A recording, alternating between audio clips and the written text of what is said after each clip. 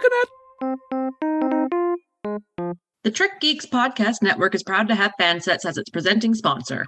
Fansets is the place for amazing pin collectibles with over 300 officially licensed Star Trek pins and new releases every month. Stay tuned for a special discount code good on your next order at fansets.com just for Discovering Trek listeners.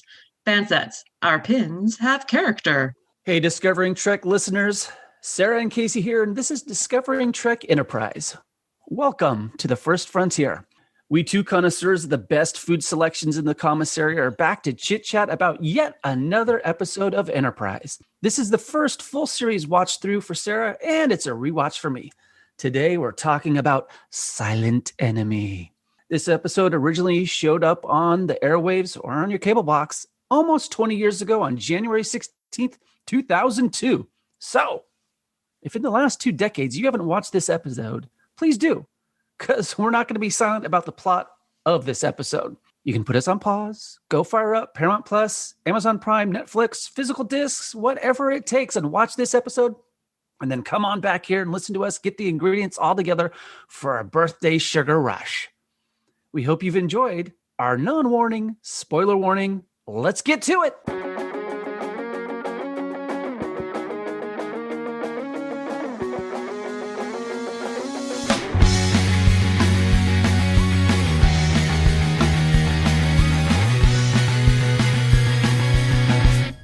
All right, before we discuss Silent Enemy, we want to take this moment to remind you that we like to hear from our listeners about their thoughts on everything Enterprise. So how can you all get in touch with us to share your thoughts on this first season of Star Trek Enterprise? Well, Sara, if they want to talk to us about Enterprise, we got options. So many options. You got options, kid. Plethora of ways listeners can get a hold of us, chat with us, do whatever. You can go to trekgeeks.com/contact and find a variety of ways to give us your thoughts, ideas, or questions. Twitter, Facebook, all you have to do is search for Discovering Trek and message us there. Ravens have been retired. You can also leave us a voicemail by visiting our website at trekgeeks.com and click on the big blue button. Remember, though, any comments you leave, we might use them in future episodes of Discovering Trek. And then... Well said. Oh, thank you. It's as if I wrote it down. It's like you're reading from a script. Turn page. Okay. So Emphasis. All right. Oh, yeah. Well, what are you thinking here, Sara? First, I have a question. Okay. Would you consider quiche to be pie? I think if you cut anything in triangles, it can be pie. Sure. It's in a shell. It kind of has a crust. It has a filling. Sure. Why not? Yeah. Cool. I'm going to give this episode 3 slices of pie. I'm going to give it 3 slices of pineapple pie. You did watch the episode. I paid attention. But the reason I only give it 3 is because that's the only plot line that I followed. I put this episode on while I was making jewelry. And what that says to me is that the only thing that captured my attention enough to take away from what I was working on was the scenes where Hoshi was doing her thing. So I think that says something about her acting or her story or that story and how uninterested I was in the other thing. I had to go back and read the synopsis on TrekCore. Wow. Okay. This should be an interesting discussion today then, because I give 4 slices of any type of pie. Right now, I'm full from breakfast, so no pizza pie. This would just be a very delectable Dutch apple. The 4 slices, I found the other plot line, the one that I was most intriguing for. I love a mystery. So that kind of, for me, saved this episode because the A and B plots are so different, and trying to wedge them together in one episode felt very ping-pong-ish for me. It was like emotionally back and forth of what the heck is going on. But good. We'll have some good discussion on this. Mm-hmm. All right. Well, here comes the recap. that everybody just keeps dying for each week because we do it so amazing, or every other week, or every third of the month, or I don't know, quarterly. Do people like the rhyme? Because I know that we've dug ourselves a hole with the season 1, and then you said loudly, I will not do rhyming for season 2. But if we get like 1,000 tweets about it, we will do. Let's put the pressure out there to get some social media action. You're right. If people tweet us after this hashtag rhyme season 2. But we have so we have to get 1,000. Is that the number? Okay, so if we get 1,000, I will revoke my no way in hell. Are we doing this again? Yeah. Are you listening, people? You have to tweet at Discovering Trek and use the hashtag rhyme season 2. And if we get 1,000, Sarah. Casey's got to do. I liked you. It's not going to happen. We'll get like 40. Okay. So what's 40. Is it has to hit 1,000, or is there a minimum threshold? It's got to be over. Okay. It's got to be 1,000. The good thing is I don't know 1,000. So I don't know 1,000 people. So no, there's not even 1,000 people on Twitter. I don't think. It's mostly bots. There's no way there's 1,000 people on Twitter. You're insane. Oh no my way. God. All right.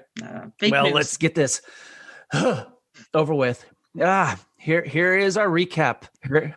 It's a big one. I'm scrolling through it and I'm like, this is why you struggle with it. You set yourself up and you write yourself a massive manifesto. This is impressive. Thanks. Get to it. Here we go.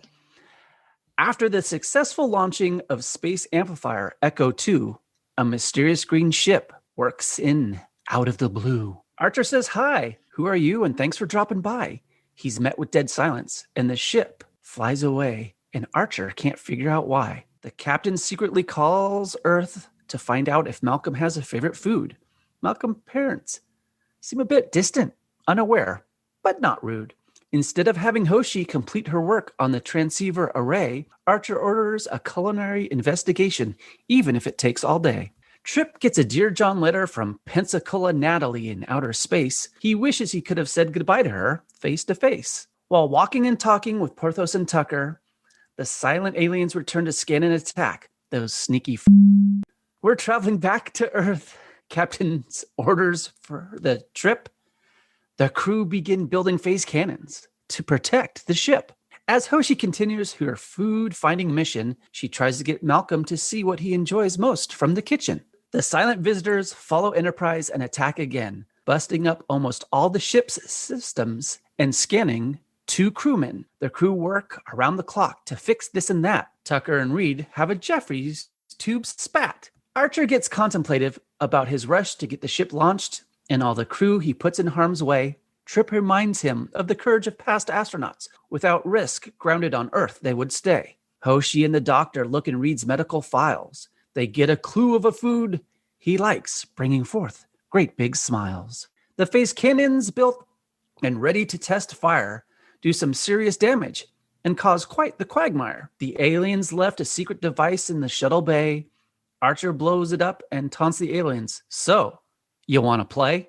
With an overload of the new cannons blasting with massive heft, the alien vessel takes heavy damage and exits stage left. Archer decides no Jupiter station, no matter what it takes. And we end with Malcolm having pineapple in his birthday cake. Wow. Absolutely fantastic. Over and above. Good sir. Over and above. Oh, well, thank you. I mean, this episode got me thinking a lot. Now, maybe you not as much because, hey, I think this will be very interesting. We flip-flop on the plot points here. So in Transporter Thoughts, what did you like, I guess, the best about the Hoshi Reed plot?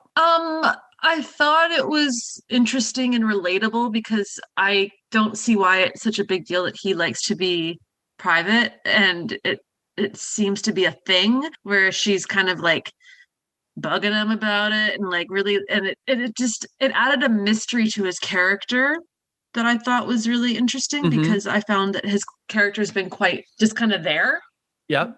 and you don't really know much about him. You don't really know how to read him. And so then you kind of like, you see his parents. And I felt like there was so much learned about him just based on that little bit of information you get from the parents. And yeah, it was a personal touch that I was like actually interested by for some reason. Whereas the other stuff that was going on, I just felt like I was like, okay, it's just another Star Trek mystery in space of aliens and ships and shooting. And it just didn't capture me for some reason. And I don't know why. I gotcha. Okay. I read some reviews and things from years back on this episode, and I caught some interesting stuff where some people thought that maybe this was a first indication that Reed might be a closeted gay man and doesn't want to tell anybody. And part of the reason of like not going into the Navy, as his dad has said, all the others had done, that he wanted to get away from the family. So after reading that, I thought, okay, well, hey, for future episodes, this could be very interesting to see if this theory has, any hold or not. I kind of liked, at the beginning, we get a start of little callbacks, little world building. The Echo subspace amplifier system was first mentioned in Fortunate Son, as was the comet from Breaking the Ice. So I think this is where really we don't have any season-long arcs that, really are happening, but we're getting little tidbits here. And I think that's one of the frustrating things about this series is choose. Are you going to refer to things, or, circumstances from one episode going to have an effect on following or not? It'd be very interesting. What? Go for it. You have a thought. I can see it. I feel like if I was to take the first 12, 13 episodes that we've watched, and I was to be given like a task of like, here's a deck of 52 cards, and we're going to put words on the back of them, and you're just going to throw them in the air and just grab 5, and those are going to be the episode. Like it's like a puzzle that's out of sequence, I find, with this series. And that isn't necessarily a bad thing, because it kind of shows me that the things that are capturing my attention are the things that don't capture my attention in other series. I think that, I don't know how to say this without sounding really kind of like, but I think some of the mistakes that they've made have made it interesting, because their bad attempt at an emotional development and character development is actually kind of interesting to me, because it's giving me a bit of I want more. I'm like, I watch it and I'm like, you're doing it wrong. That's ridiculous. And it's like, oh, but that's actually interesting that's what's getting me. And I think it's just because it's one of so many series that's in the Star Trek world where I'm like, I don't care about the ships and the fancy technology stuff and the aliens. Like, I'm kind of more interested in the people. And maybe that's because I'm doing a Deep Space Nine rewatch, which is so big on the people and the emotions and the relationships that I'm looking for it here. And I'm seeing it badly, but not badly. It just awkward. I gotcha. It's awkward. It totally makes sense, because I think, with season 1 here, there were established writers who had done Trek before. Right. And then the producers wanted to, let's get some different blood, people who haven't.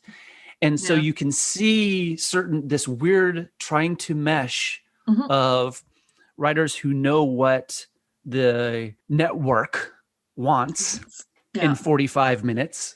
And then these other people going, well, hey, let's try this or let's try that. And seeing, like you're saying, what is successful, what isn't successful, what is kind of middle ground of like, well, that could have been interesting if that had continued to go on. Because there's certain things like in here with the Natalie from Pensacola, who, okay, they're breaking up, but there's no emotional anything, because this is the first we'd heard of this character. And this is where I had thought, boy, if maybe in some of these previous episodes, or they say, hey, we got some messages from home and this or that, and just it could be a throwaway line of somebody going, hey, Trip, you got another message from Natalie, or something like that. So that there's like, oh, there was a build to the relationship, give it some emotional weight.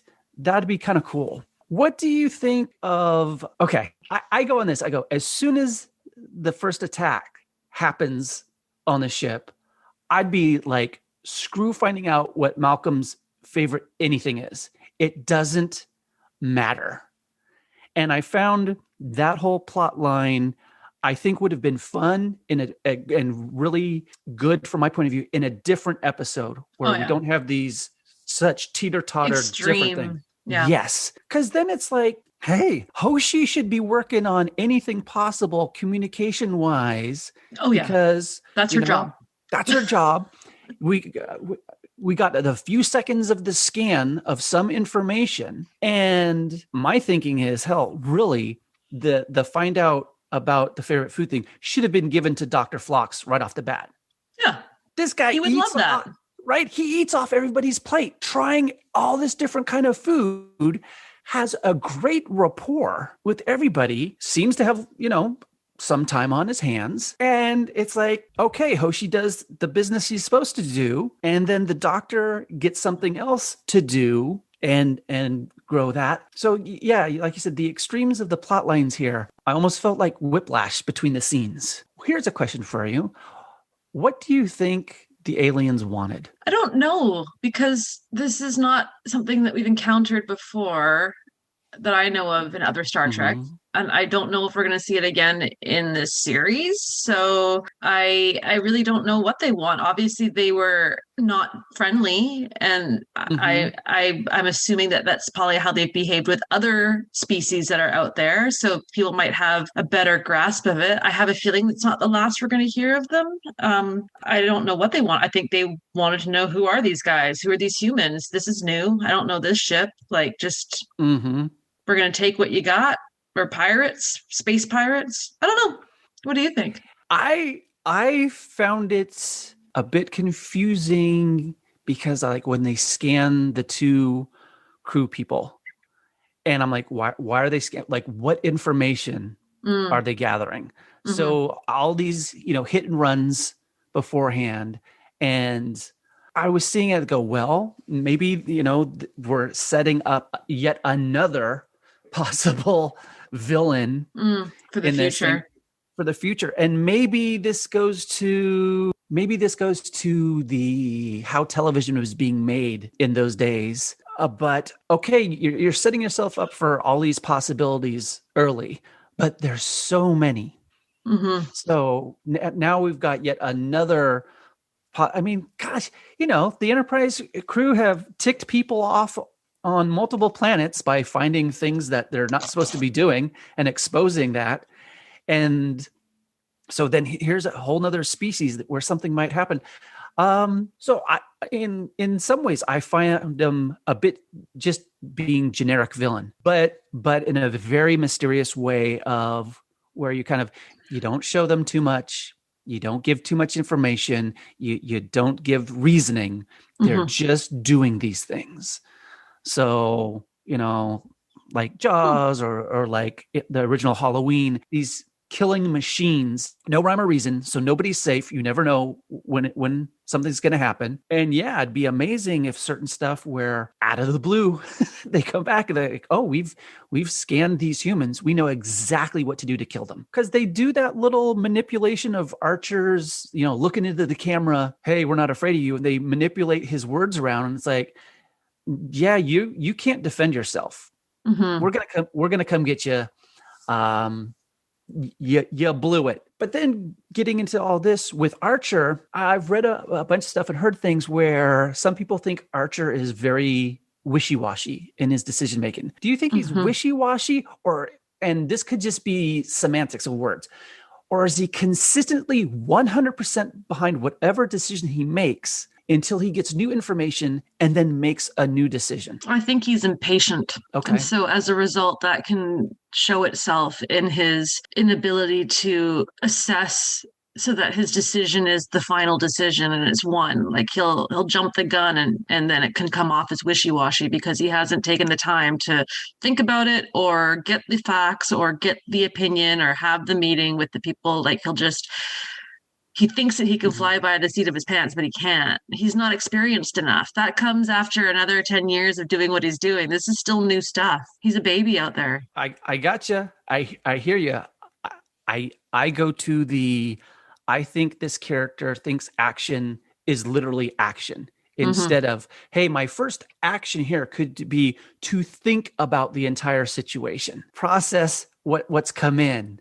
And so very reactive to me and this is where I see his character being the ping pong ball instead of the paddle. Right. And it's like, oh no, you're just reacting to where you're hit as opposed to being in control. And yeah, even trying to humanize everything going on, the beers at the end of, hey, you all did it. We didn't have to go to Jupiter Station. We're not going to do that. We're going to be here. And then, surprise with a cake. I was like, hey, yeah, you almost got destroyed again, a few minutes ago. Maybe hold off on the cake a little bit, or maybe you should go to Jupiter Station to warn the humans that you guys have been scanned by a potential threat and maybe the planet isn't safe. Like, can you go have a briefing with somebody about what's going on? Like, right. I mean, I think it's Hoshi who says, hey, well, at least, we went back a ways. We can redeploy the echo arrays to do like what you're talking about. But yeah, there's a very just in the moment decision making. Yeah. Speaking of decision making, people have to make a decision about what they're going to buy. I'm talking fan sets. Yeah. Did you like that segue? I'm still awake. I'm got this. Discovering Trek listeners, we want to thank our friends over at Fansets for being the exclusive sponsor on Discovering Trek. The Fansets crew are always working to put out the best product available and continue to come up with new designs and product releases. There are more wonderful new products out right now. There's, of course, the TOS character and ship pins from all the Trek series, amazing Delta pins, Picard pins, and of course, some amazing non-Trek items like Wonder Woman 84, Lost in Space, Scooby-Doo, and somebody called Ultraman. There are loads of pins and accessories for you at fansets.com. So right after listening to us, go to fansets.com. Scroll along all those great pins I just mentioned and more. Load up your cart, enter the special code word Discovering Trek. It's caps, it's no spaces. If you do it, you get 10% off your entire order at checkout. Also, if you spend more than $3 while in the United States of America, you will get free shipping. Fansets. Our pins have character, and we thank our friends at Fansets for being the presenting sponsor of the Trek Geeks Podcast Network. Ta-da! Da-da-da-da-da-da! Someone's been working hard in the kitchen. Who dat? I hope so. What do you got? I hope Chef is, because my goodness gracious. So if I'm Chef, kind of an outsider looking in on things that happen in this episode, find it a little odd maybe here that Archer does not offer Reed's parents an opportunity at all to talk to their son. And they go, we haven't heard from him from whatever. What's his job? They don't even know his job on the ship. Well, I mean, if he doesn't want to talk to his parents and if he's purposely avoiding them, I'd be pretty cheesed if my boss forced it on me by butting his nose into my business. Personally, I would too, but he's already doing that, trying to find out the whole, hey, what's your favorite food thing? So HR nightmare, right? Archer's decision making on this aren't great anyway. So of course, I would think he'd go, hey, well, you know what? After we find out his food that he loves the best, I'll set up a Zoom call for y'all and you can get back together. I was really suspecting that Archer would do something like that, of completely just not fully recognize the signs that parents and son are not that close and just go, or, hey, I'll even try and transport you here as a surprise. You'll probably die because it's way too far away, but we'll go for it. Painful. That was interesting. Painful. Okay. This crew's been together for a few months now. Okay. Question. Since the commissary seems full all the time here, do other bridge officers or the doctor ever eat with the captain? Is it just T'Pol and Trip? I don't know. It just seems like it. Well, because I thought about this and I go, a few months into it, I would think maybe knowing a little bit more. Don't have to know everybody's favorite stuff, but if you're working with them that closely, and I can't remember the crew number for this size of a ship, but it's not that big. and you don't have holodecks. So you're doing movies or reading or socializing or working. So I keep going, wouldn't there have been at like some kind of, all right, let's have main sections have a get together. Let's have the bridge crew have a get together. Where's the potluck in all of this? What's everybody bringing? This is an interesting thing because I think when it comes to, I might be overthinking this, but like a captain would want to maintain some kind of professional distance because you may have to send somebody to their death. So I think that for some captains, there's going to be a real like Picard style separation from the majority of the folks because it's just for self-preservation. And then Archie's personality doesn't fit that though. So I could see him being more of the type to want to get to know his crew. But I think that that's probably part of it is that when you get to be at a certain level, you just have to kind of maintain a distance for your own sanity. Sanity on that. Yeah. Do you think Archer, like when he was interviewing people for these positions? I don't think he did. Do you think so? Besides just Hoshi and Trip, they were like, here's your crew? I think that he put together his main crew and then his main crew would probably pull together just like you'd see in any kind of business. You're going to have, like in government, you're going to have the big cheese at the top and they'll hire the people that are the next rank and then it's like a pyramid scheme. Yep. I don't think that he had much to do with a lot of the people that were put on a ship. I think the Vulcans probably had more to do with it than the people hanging out at Starfleet, right? Like picking and choosing. See, that makes sense to me, but it doesn't make sense to me for Malcolm. There's your main armory officer. Why did you pick him, or why did you accept this person? And I would think in somewhere this is the person in charge of defending your ship, because you're going out to where you don't know anything. It'd be probably really good to know their tendencies. Are they hyper tense about things, or more reflective, or what? So that can help dictate how you, being in charge, the captain, would do certain things. Because if he's trigger happy, do you constantly have to go, hey, it's somebody new coming. It's okay. Let's just see what's happening. Don't arm torpedoes. It's okay. We'll find out. Interesting. Right, Dad? Oh, you put in a great note in here, which I thought was wonderful. Discussing about how unprepared Enterprise really was to go out to space. And yeah. It's ridiculous. Whoa. If you could sum up what they're trying to say about humans in this series is that we are an impatient, like ridiculous, and because they're playing it up because it's the beginning and because you really want to see that difference, and like the Vulcans are so different. They may look similar, but they're so different because humans are still like they want us to see ourselves in them more than how advanced things are with TNG or with Discovery or not even really Discovery, but like, yeah, just that kind of, you know what I mean? Like, I gotcha. Just impatient, eager. It's not even ready. Interesting because I saw that in even cool little things with the makeup department and wardrobe of how when everybody's working, 24 hours a day to, hey, we got to get this stuff working along. We got to have these new face cannons. You can see, a couple of the characters start looking like, oh, they haven't shaved. Maybe they haven't bathed in a while. And, their flight suit isn't as crisp looking as normal. And I was like, okay, well, gosh, if all this time has been going on, however many months out there, and they've had this one prototype, I don't know if it's impatience or a lack of forethought or what.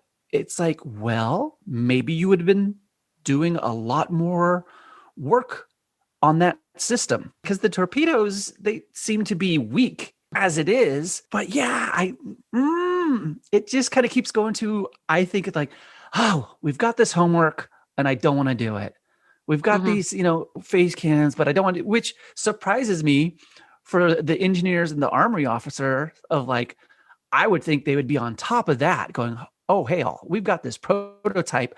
Let's dissect it. Let's check out all the schematics. We've got 3 ports. Let's build like 3, 4. Let's build 6 of these if we can. So we've got spares ready to go. But no, we'll just fly around.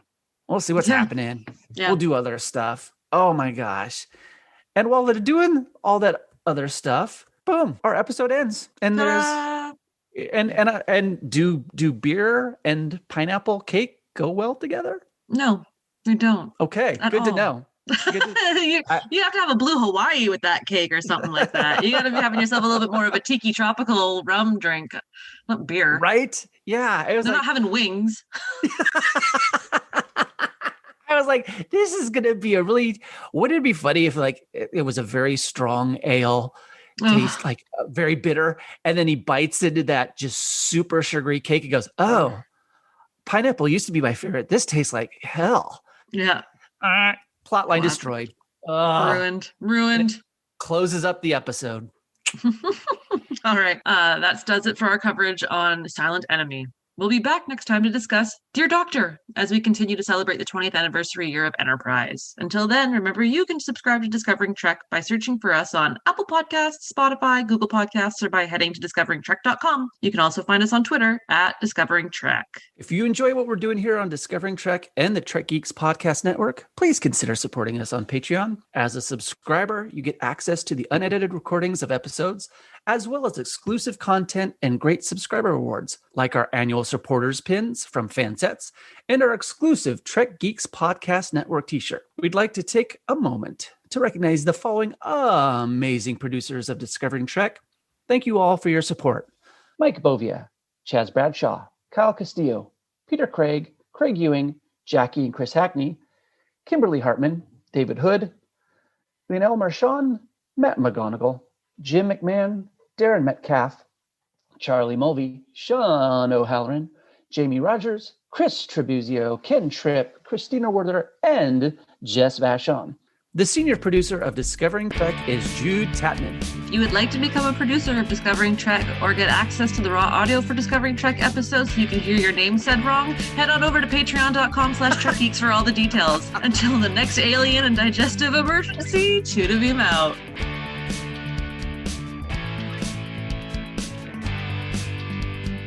Music for Discovering Trek is provided by 5 Year Mission. They're writing an original song for each episode of Star Trek. Hear more of their music at 5yearmission.net. Discovering Trek is a production of Coconut Media Works. Executive producers Bill Smith and Dan Davidson. For more great Star Trek discussion, discover the other shows of the Trek Geeks Podcast Network at trekgeeks.com or find us in Apple Podcasts, Spotify, or your favorite podcast app.